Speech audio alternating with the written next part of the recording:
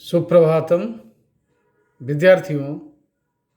आज हम विवेचन करेंगे आचार्य अन्नम भट्ट विरचित तर्क संग्रह में प्रतिपादित अनुभव के बारे में। अनुभव जो 24 गुण है, 24 गुणों में से अन्यतम बुद्धि जो गुण है, उस बुद्धि का एक भेद है। बल बुद्धि जो ज्ञान है उसका दो भेद है, स्मृति ही अनुभवश्च। स्मृति जो है वो संस्कार मात्र जन्य ज्ञान को स्मृति कहते हैं। संस्कार मात्र से उत्पन्न होने वाले ज्ञान को स्मृति कहते हैं। और तद्भिन्नम ज्ञानम अनुभवः, माने स्मृति भिन्नम यत् ज्ञानम तदेव अनुभवः। स्मृति भिन्न ज्ञानत्तम अनुभवत्तम इति लक्षणं निरूपयितुं शक्येत वा निरूप्येत इति लक्षणं निरूप्येत।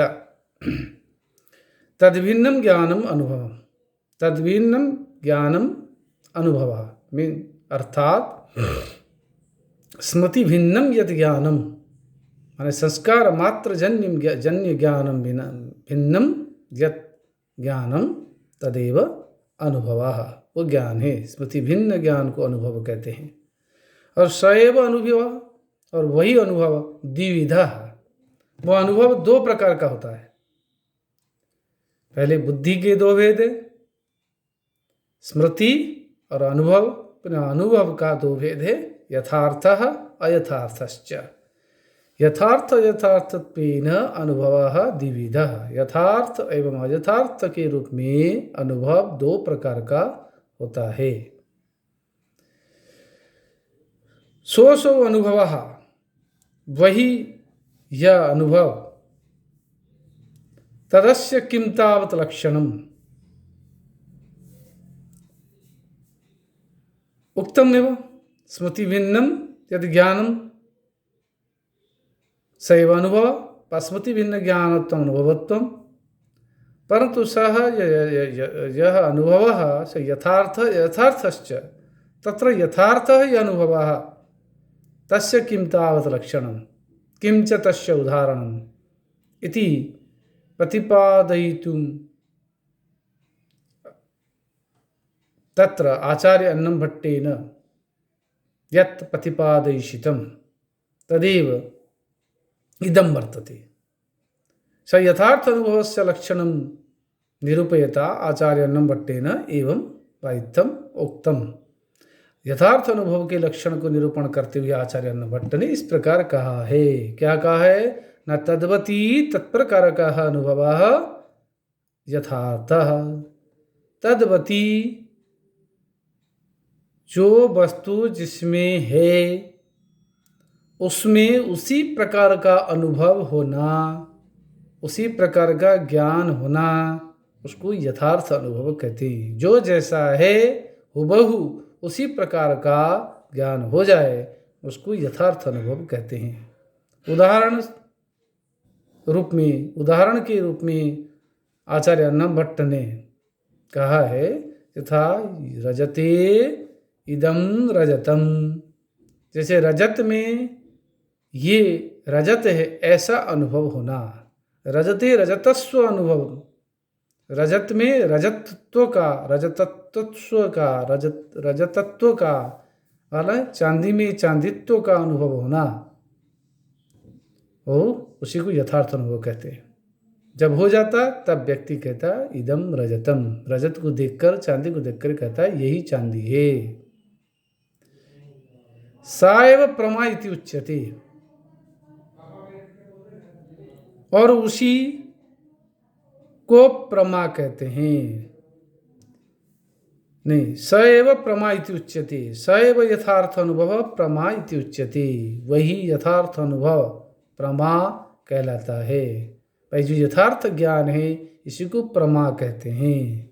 रजते इदम रजतम, रजत में रजत का अनुभव होना, सोने में सोना का अनुभव होना, व्यक्ति को देखकर व्यक्ति का अनुभव होना, कोई भी पेड़ को देखकर पेड़ का ज्ञान होना, पशु को देखकर पशु का ज्ञान होना, मनुष्य को देखकर मनुष्य का ज्ञान होना, जिसमें जिसका अनुभव हो, मनुष्य में मनुष्यत्व का ज्ञान होना, स्त्री में स्त्रीत्व का ज्ञान होना, पुरुष में पुरुषत्व का अनुभव होना, ये यथार्थ अनुभव कहलाता है। और वही प्रमा का रूप धारण करता है, व प्रमा की संज्ञा को धारण करता है, प्रमा के रूप में अभिहित होता है।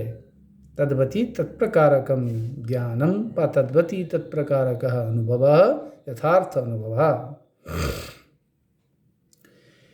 पुनः आगे आचार्य अन्नमभट्ट जो अयथार्थ है उसको भी वे परिष्कृत करते हुए कहते हैं कि अयथार्थ अनुभवस्य लक्षणम किम उदाहरणं च किम इति अस्य अनयोः प्रश्नयोः समाधानार्थम अन्नमभट्टेन तदित्थम उक्तम।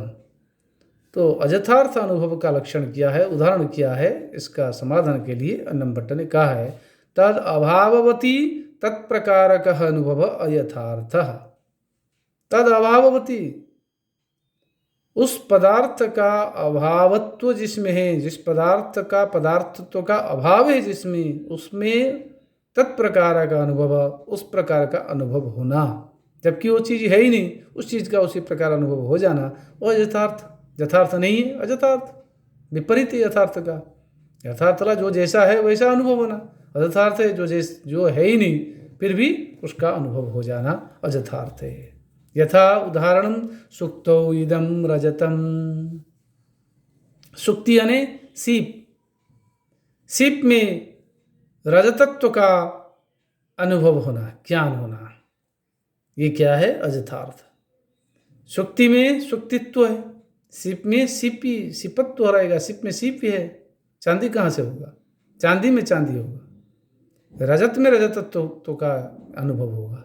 लेकिन सुक्ति में अगर रजत का ज्ञान हो रहा है तो फिर अयथार्थ ज्ञान हो रहा है, क्योंकि उसमें उसका नहीं है। सुक्ति में रजतत्व का सर्वथा अभाव है, फिर भी रजतत्व का ज्ञान हो जाना।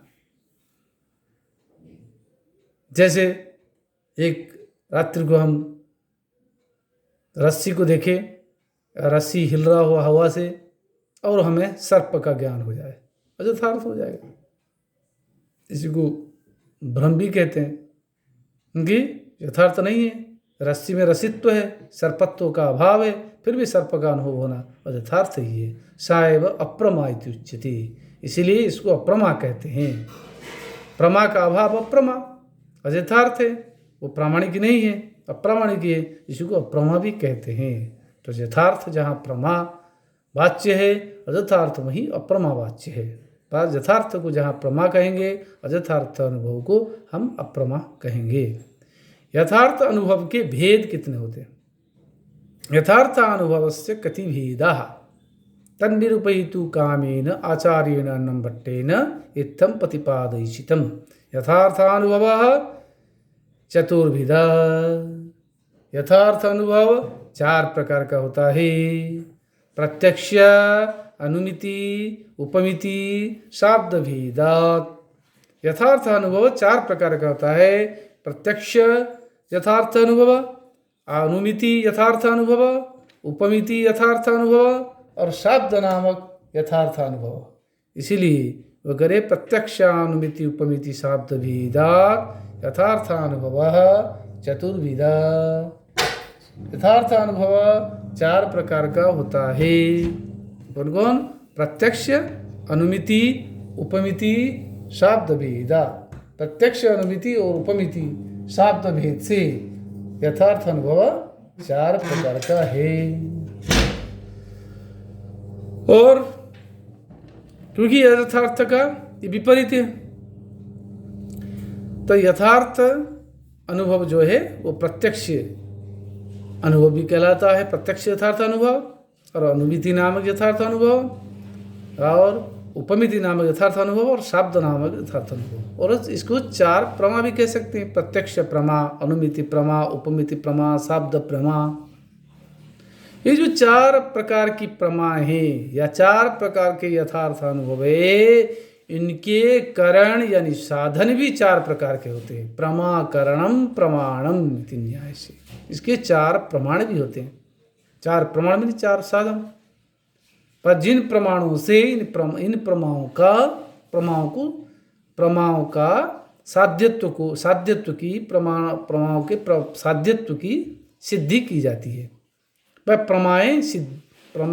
प्रमाओं की सिद्धता होती है, सिद्धता की जाती है ये चार प्रमाणों से। क्योंकि प्रमाकरणम प्रमाणम, ये चार प्रमा है। इन चार प्रमाओं के चार करण हैं, जिस करण में साधन भी कह सकते हैं, और इसको प्रमाकरणम प्रमाणम प्रमाण भी कहते हैं। यथार्थ अनुभव करणानामपि चातुर्विध्यम, यथार्थ अनुभव के जो करण है उनकी भी चतुर्विधता है, चार विधता है। तत्करणम अपि चतुर्विधम, तो उन प्रत्यक्षानुभव, अनुमिति अनुभव, उपमिति अनुभव और शाब्द नामक अनुभव, यथार्थ अनुभव जो है, इनके क्या है न चार करण हैं। कौन कौन? प्रत्यक्ष, अनुमान, उपमान, शब्दश्च। प्रत्यक्ष नामक यथार्थ अनुभव का जो करण है, प्रमाण है, वो प्रत्यक्ष ही है। और अनुमिति नामक जो यथार्थ अनुभव है या प्रमा है, उसका जो करण है अनुमान है। वैसे को अनुमान नामक प्रमाण कहते हैं। इसी प्रकार उपमिति नामक यथार्थ अनुभव या प्रमा, उसका जो करण है वह है उपमान या उपमान नामक प्रमाण है। और शाब्द नामक जो यथार्थ अनुभव है या प्रमा है, उसका जो करण है वो है शब्द। इसी को शब्द प्रमाण भी कहते हैं। इस प्रकार चार प्रमा या चार यथार्थ अनुभव के चार करण हैं या चार प्रमाण हैं। तो ये जो तत्करणम चतुर्विधम इति आचार्येण अन्नं भट्टेन उक्तम, तदत्र कश्चित् पूर्वपक्षः वृणुते या जिज्ञासते। किम ननु तदिदं करणं किम भवता यत् तत्करणं चतुर्विधम इति उक्तम, तदिदं करणं किम, करणस्य किम तावत् स्वरूपम इति जिज्ञासायाम् आचार्येण अन्नं भट्टेन इत्थम् उक्तम। असाधारणं कारणं करणम। भाई जो प्रमा करण प्रमाणम या तत्करणम चतुर्विधम, प्रमादीना प्रत्यक्षादीनां प्रमाणां करणं चतुर्विधम प्रकरणानि चत्वारि भवन्ति। तर्हि किमिदं करणं, ये करण क्या है, किसे करण कहेंगे? तो आचार्य अन्नं भट्ट कहते हैं असाधारणं कारणं करणम।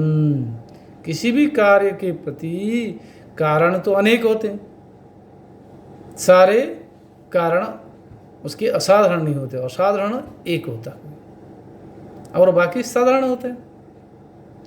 तो बोले असाधारण कारण जो है वो क्या होता है, तो एक ही होता है। कार्य मात्र के प्रति साधारण कारण 8 होते हैं। 8 कौन कौन? ईश्वर,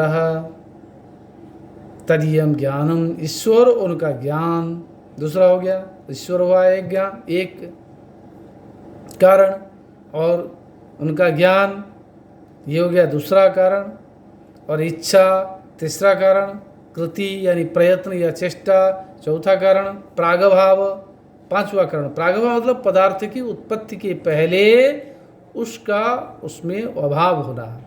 जैसे घड़े की जब उत्पत्ति हुई उसके पहले क्या था? कपाल था, उस कपाल में घट का अभाव होना, ये क्या है? प्रागभाव।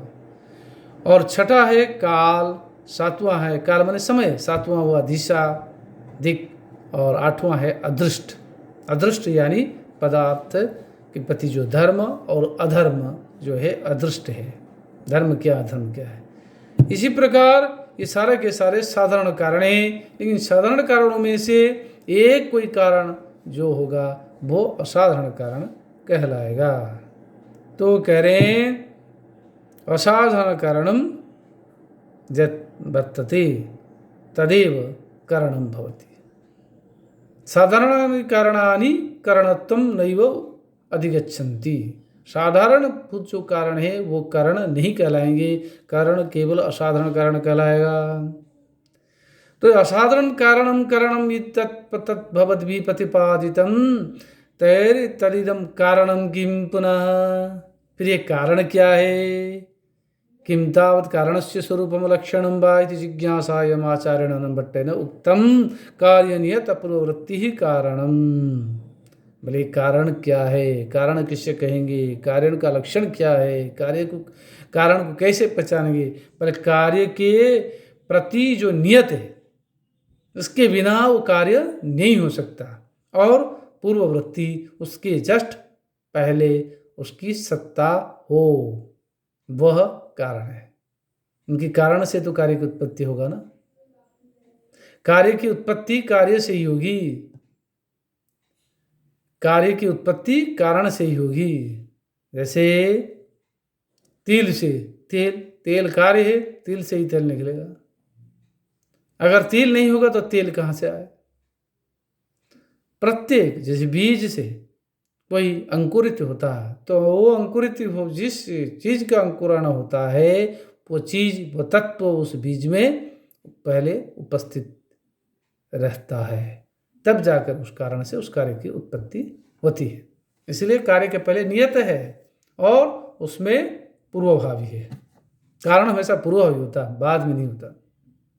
अरे कार्य नियत पूर्ववृत्ति कारणम, कार्य नियत पूर्ववृत्तित्वम कारणत्वम। अतः कार्य उत्पन्न होने के पहले पदार्थ से जो निश्चित रूप से पूर्ववृत्ति हो उसे कारण कहते हैं। तो इस प्रकार कारण लक्षण आचार्य अन्नम भट्ट ने बताया। अब कार्य लक्षणम किम न कार्यम प्रागभाव प्रतियोगी। कार्य क्या है? न कार्य है प्रागभाव प्रतियोगी, पहले अभाव के प्रतियोगी। जैसे घड़े का प्रागभाव किसमें? कपाल में। तो कपाल जो है उसका कारण है, तो कार्यम प्रागभाव प्रतियोगी। उस कारण का जो कारण जो है कपाल का, कपाल में घड़े का क्या है?